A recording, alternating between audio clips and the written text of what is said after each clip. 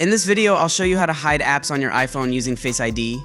It's simple, secure, and takes just a few steps. First, find the app you want to hide and long press on its icon. From the options that appear, tap on Require Face ID. Then select the second option labeled Hide and Require Face ID. A message will appear explaining what happens when you hide an app. Go ahead and tap Hide App to confirm. Once hidden, the app disappears completely from your phone's visible interface. That means it won't show up in Spotlight Search, Siri suggestions, call history, or even the app library. It is completely out of sight. But don't worry, you can still access it when needed. To find your hidden app, swipe into the app library, and then scroll all the way down and tap the hidden folder. You'll need to authenticate with Face ID to view what's inside. When you're ready to use an app, simply tap on it. And that's it. Your app is now securely hidden and only accessible by you.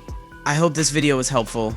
If you found this video helpful, give it a thumbs up and don't forget to subscribe to the channel and hit the notification bell so you never miss out on more tips and tricks. Thanks for watching, and I'll see you in the next video.